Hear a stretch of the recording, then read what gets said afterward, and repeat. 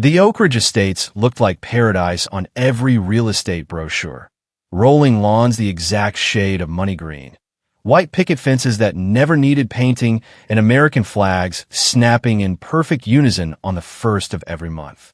But beneath the HOA-mandated perfection lurked the real ruler of this suburban kingdom, Karen Whitmore, president of the Oak Ridge Homeowners Association for 12 brutal years. She spoke in the soft, concerned tone of a church lady while wielding fines like medieval weapons. "It's for property values, dear," she would coo at the monthly meetings, clipboard in hand, eyes scanning for a single blade of grass that dared grow 2.1 inches instead of the sacred 2.0. My name is Emma Ross, 30 years old. I smelled like chlorine and broken dreams because Karen had graciously assigned me the role of clubhouse manager after my divorce from her son Ethan. Technically, I wasn't staff. I was a resident paying off a family debt she invented in the settlement papers. The story she told at every block party was that I was a gold-digging ex who tried to siphon the Whitmore fortune and failed. The truth was simpler. I had once been a project manager with a head full of spreadsheets and a heart stupid enough to believe Ethan when he said his mother was just protective. Now I spent my nights balancing the clubhouse, till enforcing rules I hated and wondering how many more violations it would take before Karen foreclosed on my tiny townhouse. Every Thursday at exactly 7:30 p.m., the anomaly arrived. Mr. Harlan Price, late 70s, charcoal cardigan that had seen better decades, steel gray eyes that missed nothing. He sat at the corner table overlooking the community pool, ordered black coffee and a slice of apple pie heated exactly 30 seconds, and ate in silence. The staff called him Mr. Hunter behind the espresso machine, because after he paid with a credit card and signed that jagged scribble, he always left a crisp $100 bill tucked under the saucer. No note, no smile. Just Benjamin Franklin staring up from the laminate like a dare. Tonight the rain was sheeting sideways, turning the manicured lawns into slick mirrors. The clubhouse was quiet except for the hum of the industrial fridge and the low argument in the corner between two neighbors fighting over whose turn it was to trim the shared hedge. "He's here," whispered Maya, the night cook, scars on her arms from years of grill burns. "Table 12, 7:30 on the dot." "Guy's a robot." Chloe, the newest server, practically vibrated. "It's my turn, right? My car insurance is due. I need that 100. "Open rotation," I said, checking the tablet. "But don't hover." He hates hovering. I watched from the pass-through as Chloe rushed over, pouring coffee before Harlan had even settled. I saw the tiny tightening of his jaw, the recoil of a man who wanted to be invisible. I went back to wiping the counter, but my eyes kept drifting. He looked tired tonight. The cardigan hung heavier. He stared out at the rain-streaked glass, as if waiting for something that never arrived. An hour passed. Pie gone.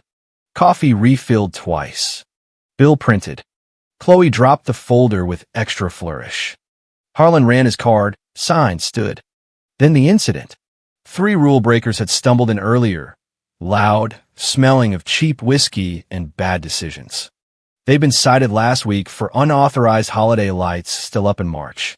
As Harlan buttoned his cardigan and headed for the exit, the biggest one lunged for the saucer, snatching the green corner peeking out. "Whoa, Grandpa forgot his pension check." He waved the 100 like a trophy. His buddies roared.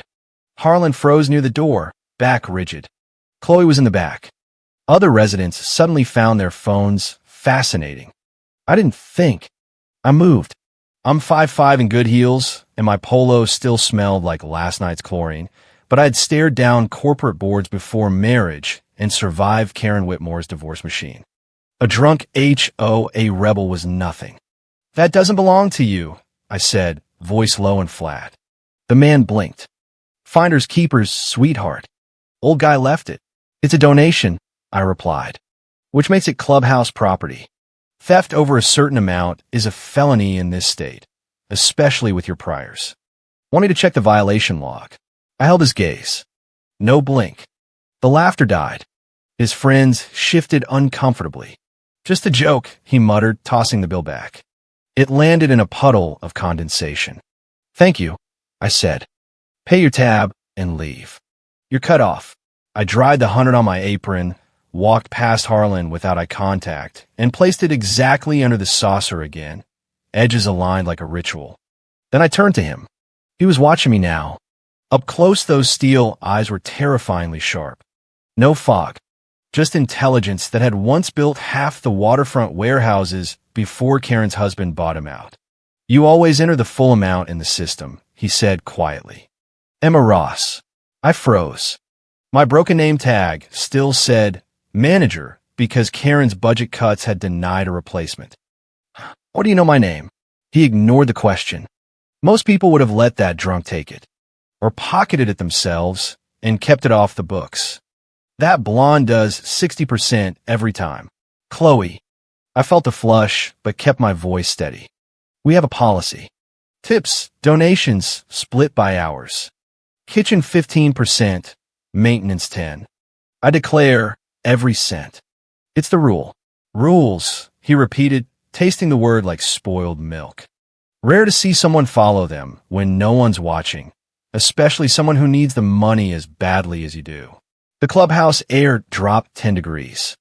The kitchen noise faded, just us under the flickering fluorescence. "I don't steal," I said. "Not from residents, not from the association, and not from staff." He studied me. Worn shoes, dark circles, faded tan line where my wedding ring used to be. "There are people who only know how to take their cut and run. You fix things." He reached into his pocket. I braced for more money I'd refuse, but he just pulled out leather gloves. "Keep doing what you're doing, Emma Ross. The balance sheet always balances eventually." He pushed the door open. Cold rain swirled in. I called after him. "Do you need an umbrella? It's pouring." He paused on the sidewalk. I'm used to getting home myself. And then he was gone, marching into the storm toward the back of the lot where the chain link separated the clubhouse from the senior section of Oak Ridge, the part Karen had quietly rezoned last year for safety. I checked the POS screen. Table 12 check, total $18.50. Tip $100. He'd done this 16 times in 4 months. $1,600 on less than $300 of coffee and pie. My old project manager brain woke up screaming. Data that doesn't correlate is a crime. He wore a cardigan worth more than my rent, but never drove. No cab. Just walked into the dark toward the senior wing that smelled of boiled cabbage and bleach. A man who tipped like a millionaire, but lived under Karen Whitmore's thumb. "Emma, order up." Maya yelled. "Cover for me," I said, untying my apron. "Trash run. Backshed inventory. 10 minutes. Maya looked at me like I'd lost my mind. "In this rain?" "Probably," I answered, grabbing my thin jacket. I slipped out the alley door, hood up, and sprinted around the building. I kept to the shadows, counting steps exactly like I used to count lag times in supply chains. He was a gray silhouette disappearing into the underpass that led to the senior section. My heart hammered with the same electric certainty I used to feel before a board presentation. If I let him walk away tonight, I would stay Emma the clubhouse slave forever. I followed him into the dark. The rain found every seam of my jacket within seconds. I stayed 50 feet back, using the storm noise to hide my sneakers splashing through puddles.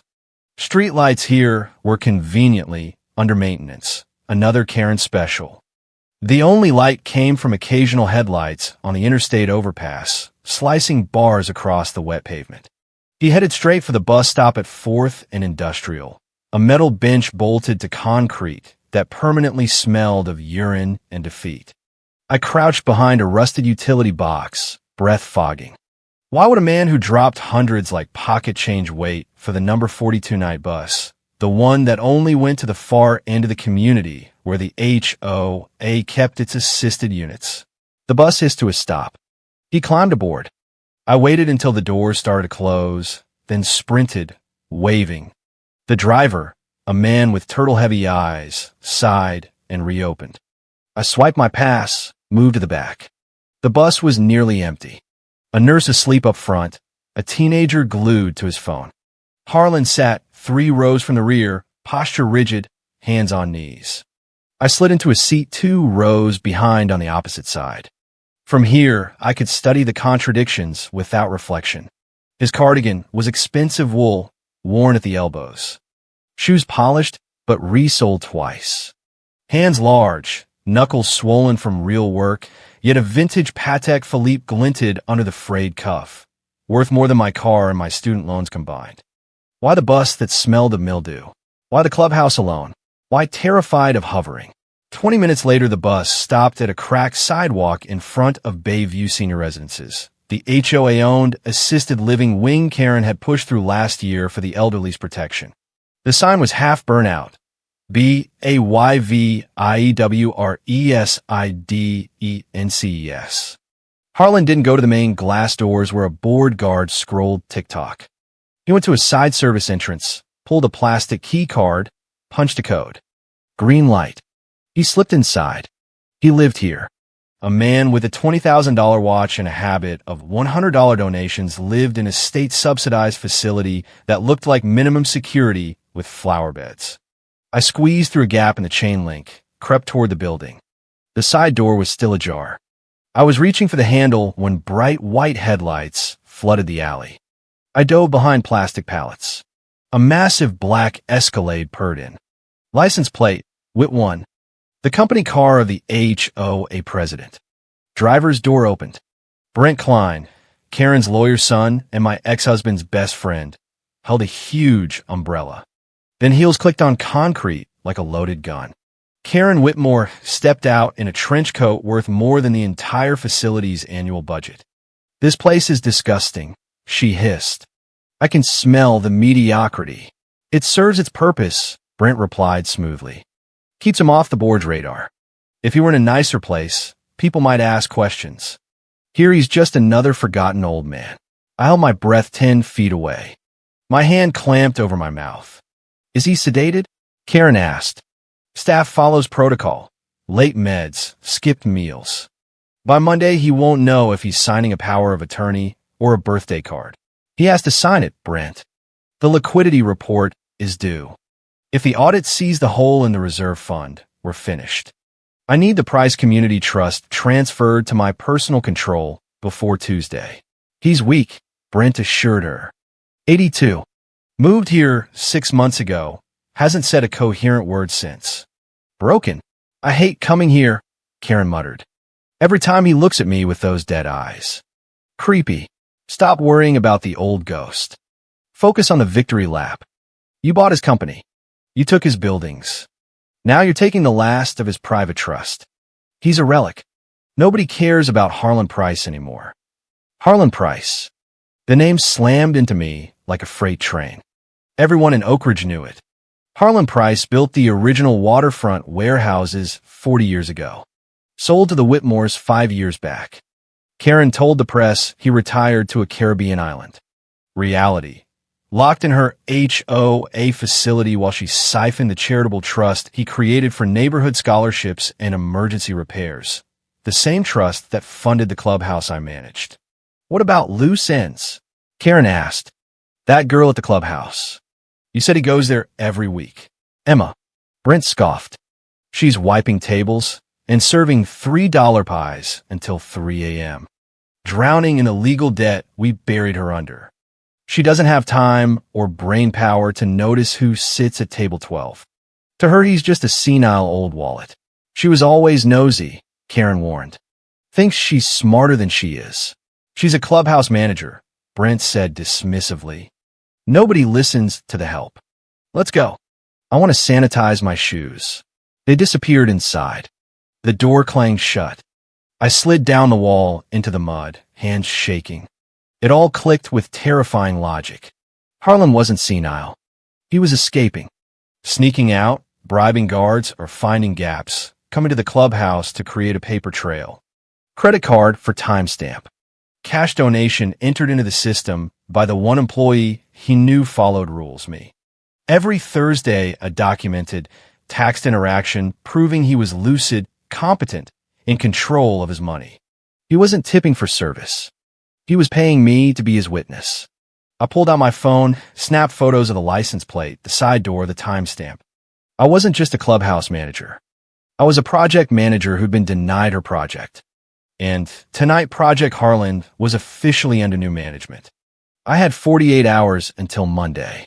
Sitting on the night bus back to my cramped townhouse, adrenaline curdled into cold clarity. The image of Karen complaining about the smell of the facility unlocked memories I'd bolted shut for 2 years. I hadn't always smelled like chlorine. 5 years ago, I was Emma, the project manager, fresh out of university, efficient, organized, stupid enough to marry Ethan Whitmore. At the wedding rehearsal dinner in the Skyline model home, Karen introduced me as Ethan's little organizer, said with a smile that didn't reach her eyes. Champagne flowed, caviar glistened.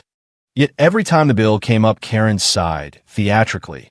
We're just a small family business, profit margins razor thin, the sacrifices we make, all while wearing diamonds that could feed the neighborhood. I believed her. 6 months and I pitched a project. Convert the failing old motel property into subsidized housing for staff and residents who couldn't afford skyrocketing rents. Lower turnover, tax breaks, win-win. I presented color-coded binders in her corner office. Adorable, she said, sliding the binder back like it was toxic. But we're not a charity. Staff are replaceable. If they wanted stability, they should have married better, like you did. That was the moment I knew there was no family business, just a machine grinding people into cash. Then Ethan got bored. Clubs. A 22-year-old influencer. When I packed a bag, Karen unleashed her legal team. A buried prenup clause turned wedding costs into loans. If I divorced within 5 years, I owed everything. She offered a deal, work off the debt inside the HOA infrastructure, 3 years at minimum wage with garnishment. Think of it as repaying the favor of letting you into the family, she smiled while I signed. So Emma, the project manager, became Emma, the clubhouse manager. Assigned the night shift. Humiliation tactic. She wanted me scrubbing rules violations at 3 a.m. So I'd remember my place. But Karen made one critical error. She forgot what I was good at. I see patterns. For 2 years, I'd been invisible, refilling coffee, balancing the till. I knew exactly how much cash flowed through the clubhouse. I knew which board members were skimming. I knew the rhythms better than the people in the big houses. And I remembered a Christmas party 3 years ago. Karen boasting in the library, brandy swirling. We finally bought out that old fool Harlan Price waterfront warehouses, everything. Pennies on the dollar. He retained a charitable trust to keep him happy. But we took the hard assets. He thinks he won. Now the pieces slammed together. If Karen bought him out for millions, why was he in her budget facility? Why complain about the cost of his care? The whispers from regional managers about restructuring into Blue Oak Capital, a shell company with a PO. Box in Delaware. Moving the Price Community Trust into it to avoid taxes, fund luxury renovations. Draining scholarships to plug holes in Karen's failing hotel project. Harlan hadn't just been bought out. He was being erased. Declared incompetent, trust gutted, house seized via endless HOA liens. A senile old man in an HOA facility has no voice. Except every Thursday he walked out, came to my clubhouse, paid with a card, left cash I entered into the system, creating evidence of competency. I lay in bed staring at water stains on the ceiling. I was the glitch in Karen's perfect system, the ex-daughter-in-law she despised. Because she chained me to that register, she made me the custodian of the only proof Harlan was sane. My employee ID on every receipt. I was the witness. Circumstantial evidence wouldn't survive her lawyers. I needed Harlan himself, clear, undeniable. And I needed it before Monday. At 6 a.m., I dressed in the one navy blazer left from my old life, pulled my hair into a tight bun. Violet, the waitress, was gone. Emma, the project manager, was back. Scope: destroy Karen Whitmore's empire. Budget: $100.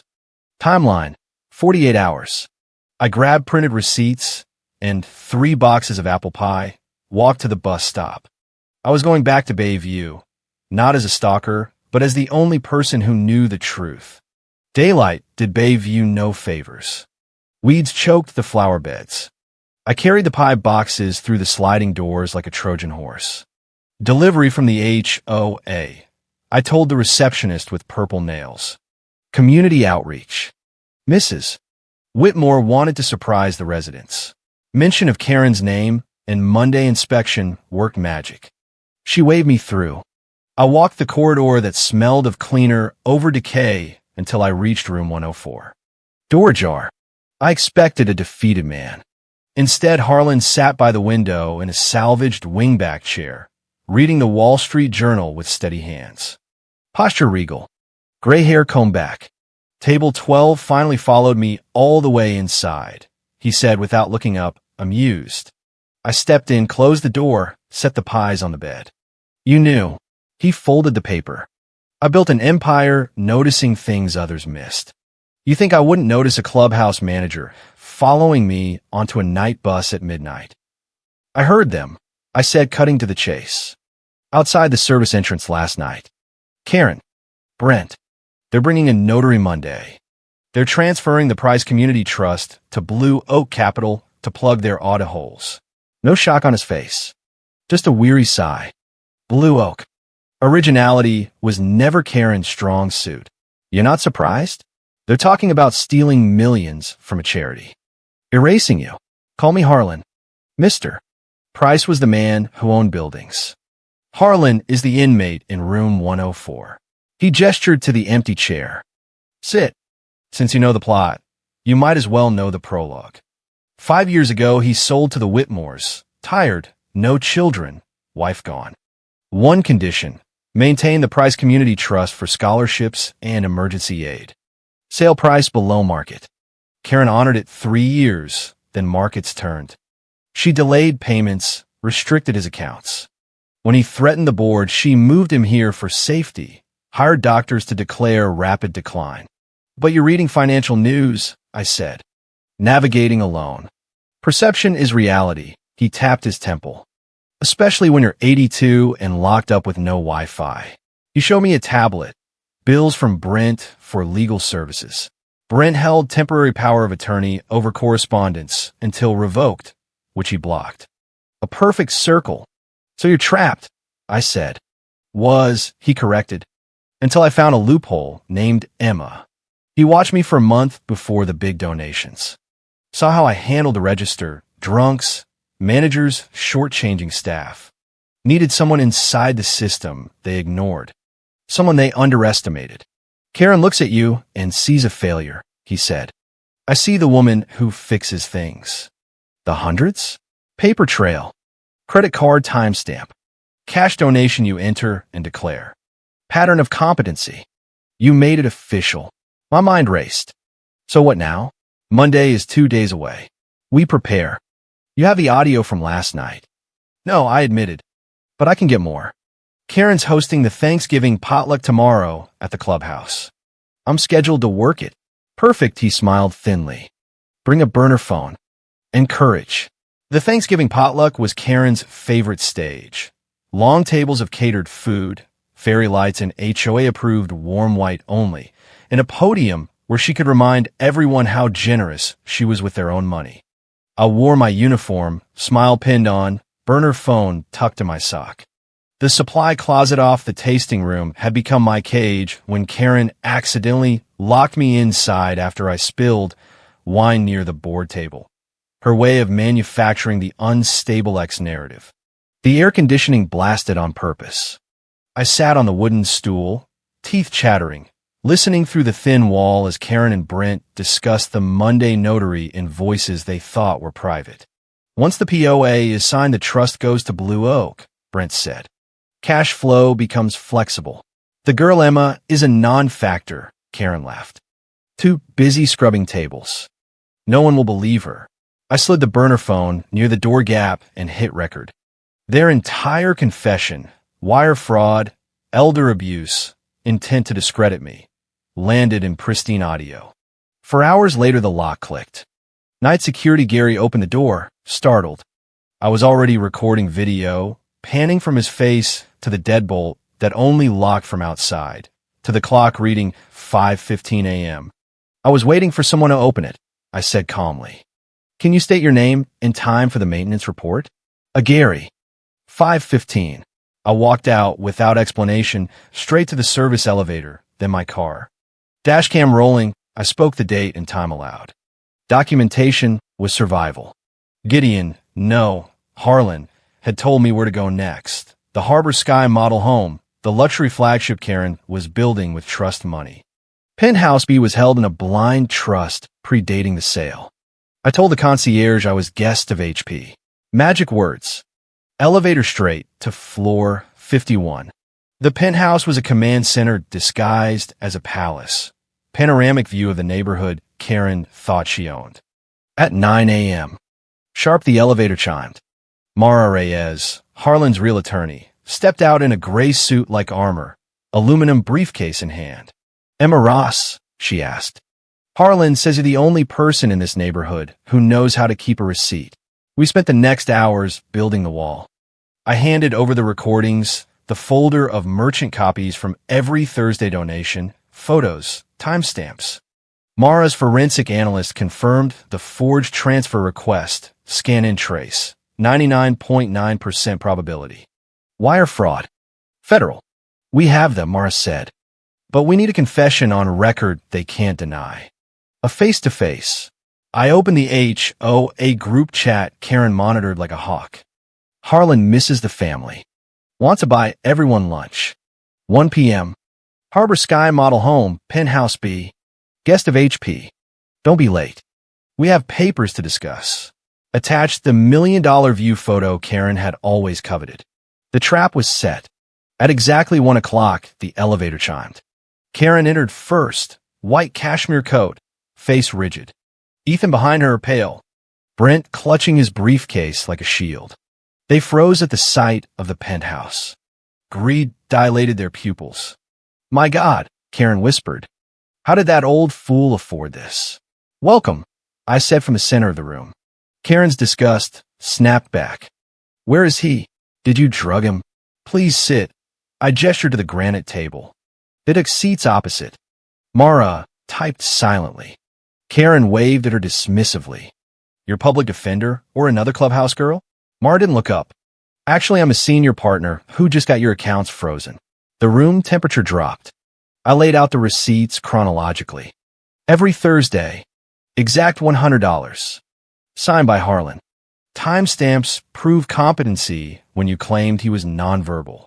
Karen's smile turned brittle. Delusional stories. We sacrificed so much. By locking him in Bayview and drugging him? I asked. Brent tried the timeline. The POA signing is tomorrow. Critical for stability. Mara slid the forensic report across. You mean moving charitable funds to Blue Oak for your failing hotel project? That's illegal commingling. Ethan laughed nervously. Relax, it's family business. Left pocket to right pocket. The elevator chimed again. I opened the door. Harlan Price stood there in a charcoal three-piece suit, spine straight, no tremor. He stepped inside. The air rushed out of the room. Dad, Ethan whispered. Mr. Price, Brent stammered. Karen sat frozen, color draining from her face. Harlan walked straight to the table. I hear I'm confused. Delusional. So lost I'd sign anything. He leaned forward. Strange, Karen. I remember the code to the front door. I remember the account numbers of the trust one built. And I certainly remember I never gave you permission to turn my legacy into your slush fund. He tossed the full pill bottle onto the table. Been spitting them out for 6 months. I've been awake, watching you pick the meat off my bones. Mara stood. My name is Mara Reyes. This is a forensic analysis of the forged signature. A transcript of your confession yesterday. And this, she slammed the paper down, is a temporary restraining order freezing all accounts associated with the HOA Blue O Capital and your personal assets. Effective immediately. The room exploded. Ethan shouted. Brent calculated escape routes. Karen shrieked about entrapment. Then the elevator chimed one last time. 2 state investigators walked in, badges flashing, stenographer behind them. Monday morning, the Harborview Notary Services conference room smelled of stale coffee and lemon polish. I sat on one side with Harlan and Mara. Opposite, Karen in sunglasses, Ethan wringing hands, Brent sweating through his shirt. They still pretended the penthouse disaster was a misunderstanding. The notary cleared his throat. We are here to witness the signing of the durable power of attorney granting full control of Mr. Harlan Price to Mrs. Karen Whitmore. Mara cut in. Actually, we are not ready. The door opened. 2 investigators entered, stenographer set up in the corner. Brent dropped his pen. Mara slid the freeze order across. As of 8 a.m., all accounts are frozen pending federal investigation. The projector lit up, split-screen signatures, forged transfer request versus Harlan's real driver's license. 0 pressure variance. Clumsy, scan-and-trace forgery. Harlan stood, pulled a gold fountain pen, signed a blank notepad with the exact bold signature. Does that look like the hand of a man who needs a stamp? Mara plugged in the USB. Brent's voice filled the room. Once the HOA is signed, the trust will be safe, flexible for the HOA. Ethan, left pocket to right pocket. Karen, Emma is a non-factor. No one will believe her. Brent broke first. She made me do it. I told her it was wire fraud. She threatened to pull my retainer. You coward. Karen lunged. You said it was airtight. The investigators moved in. Handcuffs clicked. Brent Klein, you're under arrest for conspiracy to commit wire fraud, elder abuse. Karen Whitmore, Ethan Whitmore warrants for embezzlement and racketeering. As they were let out, Karen stopped in front of me. You are nothing. A parasite. Without the Whitmore name, you'd still be scrubbing floors. I smoothed my blazer. Without Harlan Price, the Whitmore name wouldn't exist. You built your castle on his foundation. And without people like me, the ones you lock in closets and pay minimum wage, your HOAs are just empty concrete shells. You forgot the first rule of business, Karen. The people who clean up your mess are the ones who know where the dirt is hidden. They were marched past the reception desk. The room emptied until only Harlan, Mara, the shocked notary, and I remained. Harlan let out a long breath and signed the final document transferring authority of the Price Community Trust to me as sole trustee. He slid the key card to Penthouse B across the table. From this moment forward, Emma Ross has full executive power over the scholarship fund, emergency relief, and operational assets. Welcome to the board, Emma. The evening air was crisp when I walked into the clubhouse one last time. Not as manager, but as owner of the note on the property. Rick the day manager's jaw dropped. Emma, are you here for your last check? Keep it. Put it in the tip jar. I called the entire night crew together. Close the kitchen. Mandatory staff meeting. 20 minutes later, the service elevator opened on the 51st floor. Cooks still smelling of onions, servers with sore feet, the dishwasher with cracked hands stepped into the penthouse. They stared wide-eyed at the marble and the view. Harlan waited by the grand piano with 50 boxes of the best pizza in the city and cold beer. Come in. This is your house tonight. We ate at the granite table. Laughed until sides hurt. Maya played chopsticks on the Steinway, while Harlan applauded. As the sun set, turning the neighborhood gold and violet, I tapped my glass. To table 12. They cheered. He always left $100 with no name, I said, looking at Harlan. We thought it was just money. It was a test. A message. He bet on us, the invisible ones. Bet that if he gave us the tools, we could fix the broken things. I raised my water. New rule. No more basements. No more windowless rooms. No more eating last. From now on, we eat at the table, work in the light, and make sure everyone who helps build this house gets to live in it. Harlan smiled, raising his root beer. To the new boss.